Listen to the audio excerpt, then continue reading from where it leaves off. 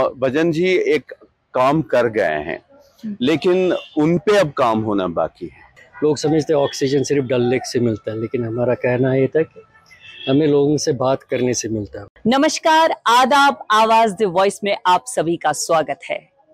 आज 76th birth anniversary Padmashri पंडित भजन सोपुरी जी, जो कि किंग ऑफ स्ट्रिंग्स माने जाते थे, उनको खराजे अकीदत देने के लिए यहाँ पर काफी लोग मौजूद हैं। तो आइए हम इनसे बातचीत करते हैं।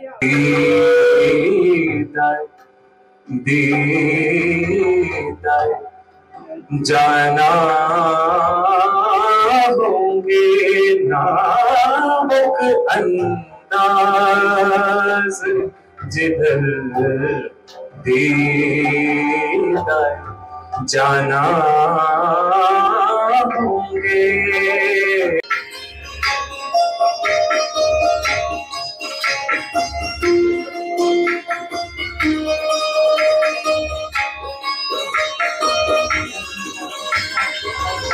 आज हमारे साथ हैं सतीश विमल जी, जो कि एक पोइट है, और इस प्रोग्राम में जो कि पंडित भजन सोपुरी जी को खराजे अकीदत पेश कर रहे हैं, तो उनके बारे में जानेंगे कि कैसा लग रहा है उनको इस प्रोग्राम में। भजन जी को याद करके हमें लगता है कि हम अपने विरासत को याद कर रहे हैं, एक उस कंट्रीब्यूशन का जश्न मना रहे हैं जिस कंट्रीब्यूशन ने हमारी कल्चर और सकाफत की एक अहद की तारीख को दर्ज किया है। हम शाहिद बन रहे हैं उस दौर की जिसमें उन्होंने, पंडित जी ने एक पास्ट को प्रेजेंट के साथ ऐसे मिक्स कर दिया, एक पुल तामीर किया है जिसमें उन्होंने इनोवेशंस भी की और अपनी जो पुरानी हमारी सूफियत की रवायत है म्यूज़िक में, उसको भी महफूज रखा और नई पीढ़ी तक पहुंचाने का काम किया। भजन जी के सैकड़ों गाने ऐसे हैं जो ट्यून्स उन्होंने दी वही हमारे नौजवान गुनगुनाते हैं और आइंदा कई पीढ़ियों तक गुनगुनाते रहेंगे, क्योंकि वो मौसीकी जो है ना, वो इतनी लाजवाल है कि उसका जवाब नहीं। भजन जी एक काम कर गए हैं, लेकिन उन पे अब काम होना बाकी है। भजन जी ने क्या किया, कैसे किया, किस तरह किया, वो एक तहरीक बन सकती है नई पीढ़ी के लिए और नए म्यूजिशियंस के लिए। हम भजन जी को याद कर रहे हैं, मतलब हम अपनी मौसीकी की रवायत का जश्न मना रहे हैं। हम भजन जी को याद कर रहे हैं तो हम इस बात का यकीन दिला रहे हैं कि हमारी मौसीकी में वो ताकत है जो हमारे कल को भी दरख्शां और रोशन बना सकती है। यानी कि जो हमारी हेरिटेज है, जो हमारा कल्चर थ्रू म्यूजिक है, और उसको आगे बढ़ाने के लिए यूथ काफी एनकरेज हो जाएंगे भजन जी के इस कंट्रीब्यूशन को लेकर के। आपका अपना एक्सपीरियंस क्या रहा है जब आप रेडियो में थे? भजन जी की, वही मैं कह रहा हूँ, भजन जी की धुनें ही आजकल कश्मीर के हर तकरीब में जो गाने गाए जाते हैं, डांस परफॉर्मेंसेस होती हैं या अकीदत की महफिलों में जो नगमे पेश किए जाते हैं, वो उनमें से ज्यादातर धुनें जो हैं वो भजन जी की हैं। तो भजन जी एक तहरीक ऐसी है कि जो पुरानी पीढ़ी के तो दिलदार, ये उनके दिलों में तो उतर ही जाते हैं, नई पीढ़ी भी उनको इस तरह से सेलिब्रेट कर रही है। ये बता देता है कि जो मौसीकी की असल रूह होती है, जो सेलिब्रेट करके मौसीकी को पेश करता है, वो पीढ़ियों के महदूद फ्रेमों में बंद नहीं रह सकता, वो हर एक का होता है। तो यहाँ पर उनके काफी शागिर्द आए हुए हैं, जैसे कि उनके काफी वो रहे हैं, वो यहाँ पर परफॉर्म करेंगे। बिल्कुल, आप खुद देखेंगे कि उन्होंने कितने लोगों को तैयार किया है, उन्होंने कितने लोगों को तहरीक बख्शी है, उन्होंने कितने लोगों के लिए इम्कानात की एक बड़ी दुनिया सामने रखी हुई है। भजन जी एक हमजहत शख्सियत के मालिक हैं और भजन जी जब हयात थे तो तब भी एक तहरीक थे, और भजन जी जब हमारे बीच में फिजिकली मौजूद नहीं हैं तब भी हमारे पास अपनी मौसीकी की खिदमत के हवाले से मौजूद ही रहेंगे। एडिशनल डायरेक्टर जनरल दूरदर्शन से रिटायर हुआ हूँ और पंडित भजन सोपोरी से मेरा जो ताल्लुक़ है मेरे ख्याल में 55 साल का है, 55-56 साल का है, और दैट्स अ फुल लाइफ जी, फुल लाइफ। और सबसे बड़ा जो मज़े की बात यह है कि हम दोनों सोपोर के रहने वाले हैं जी। मैं भी सोपोर का रहने वाला हूँ और मेरे जो अंकल थे वो उर्दू के फारसी के बहुत बड़े शायर थे, सैफी सोपोरी जी। और वो और पंडित जी के पिताजी स्वर्गीय शंभुनाथ सोपोरी जी आपस में दोस्त हुआ करते थे। इनका मोहल्ला बटपोरा था और हमारा मोहल्ला हाथीशाह था। लेकिन पंडित जी भजन जी श्रीनगर में पैदा हुए और फिर उन्होंने सोपोर से शिफ्ट करके श्रीनगर में ही रहने लगे, लेकिन नाम वही रहा। नाम रहा। और बल्कि उन्होंने एक बहुत बड़ा कंट्रीब्यूशन है, उन्होंने सोपोर के लिए या फिर कश्मीरी साज के लिए इन्होंने एक नाम दिया, सोपोरी बाज। अच्छा, सोपोरी बाज। This is a this is a जैसे आप कहते हैं ना कि ये कौन सा म्यूजिक है, या द्राविड़ियन है, उत्कल है, या है, इससे उन्होंने सोपोरी बाज तो का वो नाम दिया। संतूर को उन्होंने नाम संतूर को ही उन्होंने सोपोरी बाज दे दिया। बाज। तो ये सबसे बड़ा कंट्रीब्यूशन है। अब चूंकि ये बेसिकली सूफियाना मिजाज के आदमी थे, to be very honest he was himself a Sufi, संत आदमी, इसलिए ये नाम जब इनका दिया है कि sant of santoor, this no मबालगा इन इट, इसमें कोई मबालगा नहीं है, दो राय नहीं है। और मैं इनको इतने करीब से जानता हूँ कि कभी कभी मुझे लगता था कि अपने बेटों से ज्यादा मेरे ऊपर बात करते थे। मैं as viewer, as a listener, इस बात में मुझे कहने में कोई दिक्कत नहीं है कि सोपोरी म्यूजिक ने, सोपोरी बाज ने जो कश्मीरी म्यूजिक, कश्मीरी सूफियाना म्यूजिक को बड़े बड़े ऐवानों से निकाल करके हर घर के ड्राइंग रूम में डाल दिया। और जब ये हर घर के ड्राइंग रूम में आ गया तो आपका फिर पता चलता है जो इसका यूएसपी है सामापा का।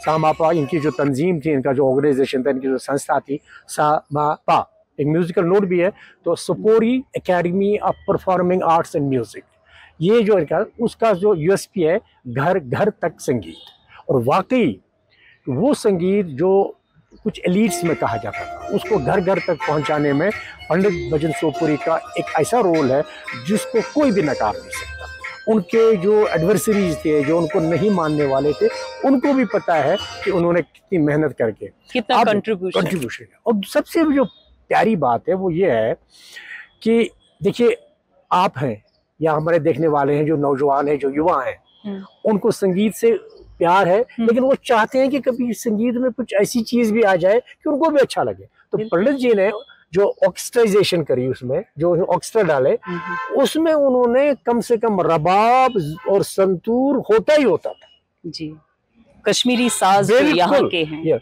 उसके बाद थोड़ा सा उन्होंने उन्हें वाइब्रेशंस भी दे करके किया। उन्होंने संतूर में भी काफी स्वर एडिशन किया है। हाँ, तभी तो उसको स्ट्रिंग्स, किंग ऑफ स्ट्रिंग्स कहा जाता है। जी जी। इसीलिए ये जो सबसे बड़ी, सबसे खूबसूरत बात यही है कि उसको करके भी उन्होंने कुछ चीजें अंदर ही रखी, तो उसको ले तो उसमें नौजवानों को भी अच्छा लगा और हम बूढ़ों को तो लगना ही लगना था। और उनका जो कंट्रीब्यूशन है, शमीमा जी को हम ले या कैलाश जी को ले लें, मुनीर को ले लें, या गुलाम नबी शेख साहब को ले लें, अपना ये रशीद फराज स्वर्गीय को ले लें, इनके बड़ा कंट्रीब्यूशन बहुत बड़ा। लेना को ले लें, सुनीना कौल को ले लें, अपना ये वासुदेव रे साहब का गाना क्या होश होश, नीरजा मुंशी को ले लें, ये बहुत बहुत बड़ी बड़ी बात है।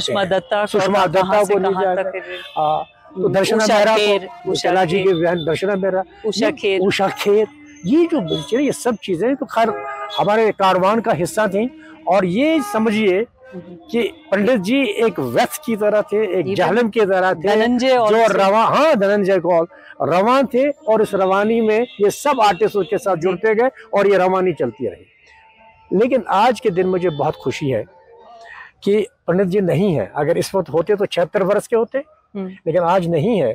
लेकिन उनके बेटों ने, समापा की जो ऑर्गेनाइजेशन है, संस्थान है, उन्होंने अभी दिल्ली में भी इस वक्त कार्यक्रम चल रहा है, यहाँ भी कार्यक्रम चल रहा है, वहाँ भी चल रहा है। वहाँ पर पंडित अभय सोपोरी खुद परफॉर्म कर रहे हैं, उनके साथ रफीदीन साहब भी हैं, बहुत बड़े बड़े आर्टिस्ट इंटरनेशनल। इन्होंने जो आगे किया है, ये कहते हैं कि होनहार बरबा के चिकने और गुरु शिष्य परंपरा को बिल्कुल कायम रखते हुए उन्होंने इसको आगे किया। मेरी उम्मीद है, मेरी दुआ भी है कि जो ख्वाब पंडित जी ने देखे थे वो पूरे नहीं हुए। मैं आपको कह रहा हूँ वसूख से, उनका ये था कि कश्मीर उसी तरह म्यूजिकली रूल करे वर्ल्ड पे, खास करके सूफियाना। और ये संतूर जो है ये हर जगह। और देखिए, एक बार उन्होंने मैं जब सेक्रेटरी कल्चर अकेडमी था तो उन्होंने करीबन 100 संतूर जम्मू के अभिनव थिएटर में बजवाए थे 100 संतूर, वो छोटे छोटे बच्चे थे। अब बताइए कि इनका ये ख्वाब था। मुझे उम्मीद है कि पंडित अभय सोपोरी इसको आगे ले जाएंगे और उनका जो ख्वाब वो बहुत पूरा होगा, और उनको स्वर्ग में वो जहाँ बैठे हैं ऊपर से देख रहे होंगे और वो ऊपर से उनको आशीर्वाद देंगे। जी, आर्टिस्ट तो हमेशा जिंदा ही रहते हैं, बिल्कुल उनकी रूह यहाँ पर है। आपसे बातचीत करते हुए बहुत अच्छा लगा, बहुत बहुत शुक्रिया। बहुत बहुत शुक्रिया। पंडित जी के बारे में जितना भी कहें हम उनके, हमें शिष्य तो नहीं हूँ, मैं उनका दोस्त हूँ, उनका भाई हूँ, और मैं कह रहा हूँ कि बहुत प्यार करते थे हमसे। और जब मेरे जैसे आदमी से, जो बिल्कुल ही नाकारा आदमी है, उससे मोहब्बत इतना करते, तो आप लोगों के जो आर्टिस्ट लोगों से कितनी मोहब्बत करते होंगे। जी, मेरा नाम सौरभ जाडू है, मैं सिंगर और म्यूज़िक कंपोज़र हूँ और मैं पंडित भजन सोपोरी जी का डिसाइपल हूँ। जैसा कि आप जानते हैं, आज हम यहाँ पे 76 बर्थ एनिवर्सरी जो है पंडित जी की, आज उनको खराज अकीदत दे रहे हैं आज यहाँ पे। और ये प्रोग्राम हम सारे आर्टिस्ट फ्रेटर्निटी जो हमारे जम्मू कश्मीर की है, हम सब मिल के ये प्रोग्राम कर रहे हैं आज, और उनके सभी चाहने वाले आज आए हैं यहाँ पे, उनको याद कर रहे हैं, और जितने लोग उनको प्यार करते हैं अपने अपने तरीके से याद करने वाले हैं उनको। और उसमें उनके कुछ बहुत ही अच्छे दोस्त हैं, कुछ गुलकार हैं हमारे साथ जुड़े हुए हैं। डॉक्टर रफ़ीक मसूदी साहब हैं हमारे साथ, सतीश शिमल जी हैं, उनके साथ रेडियो में उनका काफ़ी अच्छा एक साथ रहा है, वो हमारे साथ जुड़े हैं आज। और वीर मुंशी साहब हैं, वो भी अपना कुछ शेयर करेंगे अपनी जर्नी उनके साथ। तो आर्टिस्ट में से गुलजार गनई साहब हैं हमारे आज, जो अपने कुछ सूफियाना म्यूज़िक, उनकी कुछ कॉम्पोजिशंस गाएंगे। और मुनीर अहमद मीर साहब उनके डिसाइपल, वो हैं आज। मेरा खुद का कुछ रेयर कॉम्पोजिशंस आज प्रेजेंट करूँगा आज। तो इशरत हुसैन शाह हैं, वो भी अपकमिंग सिंगर हैं, वो भी गा रहे हैं आज। और शांति लाल सिद्ध साहब हैं, मतलब बहुत सारे आर्टिस्ट लाइनअप है उनका, और बहुत ही अलग अलग शोबे से जो है सब तरीके का म्यूजिक आज प्रेजेंट करेंगे, तो आपको अच्छा लगेगा। हमारे साथ हैं आर्टिस्ट वीर मुंशी जी, जो कि दिल्ली से यहाँ पर खराज अकीदत पंडित भजन सोपोरी जी को देने आए हैं। तो उनके अपनी जो एक्सपीरियंस है उनके साथ में उनसे बातचीत करेंगे। तो आपका कैसा लग रहा है आपको यहाँ पर? हमेशा ये हमारी जगह है, और हमेशा यहाँ आना मीन्स एक मतलब हमेशा ख्वाब होता है, और हमें बहुत अच्छा लगता है यहाँ पे। और आज खासकर आज खराज अकीदत है भजन जी के लिए, और I feel honoured that I am here and I am part of it. And ये हमें सबसे अच्छा मतलब मौका मिला है कि हम यहाँ पे हैं, और भजन जी, क्योंकि भजन जी के साथ हमारी ताल्लुकात बहुत पहले से हैं। इनफैक्ट शुमरनाथ सोपोरी के ज़माने से, और फिर भजन जी हैं नो कितनी विरासत है, और कितना एक what a legacy till present. So it's wonderful to hear him, it was wonderful to hear him. And उन्होंने जितना आगे जो एक हरा भरा बाग बनाया, जैसे बहुत सारे डिसाइपल फॉलोअर्स बनाए, और वो ये बगीचा, और यही परंपरा चलती रहेगी, ये कारवान चलता रहेगा। हम अक्सर मिलते थे यहाँ पे, पहले भी जब मिलते थे, इवन इन अर्ली टाइम जब यहाँ हालात ख़राब होते थे, खासकर यहाँ सर्किट हाउस में, फिर हम वॉक पे चला जाते थे और बहुत सारी बातें करते थे। वो बोलते थे कि पत्ते भी हमारे हैं, ये सब पहचानते हैं हमें। हाँ, हमें भी जब दिल्ली में कोई बोलता है कश्मीर क्यों जा रहे हैं, मेरे हम ऑक्सीजन के लिए जाते। लोग समझते हैं ऑक्सीजन सिर्फ डल लेक से मिलता है, लेकिन हमारा कहना ये था कि हमें लोगों से बात करने से मिलता है। मेरा ख़ास कर मैं सवेरे निकलता हूँ तो डाउनटाउन की तरफ जाता हूँ, कोई न कोई किसी न किसी के साथ ऐसी मुलाकात होती है और ऐसी ऐसी बातें होती हैं, तो वो ऑक्सीजन हम लेके फिर हम अपने स्टूडियो में दिल्ली में जाते हैं। जब तक वो बचता है तब तक हम वहाँ होते, नहीं तो वापस आते।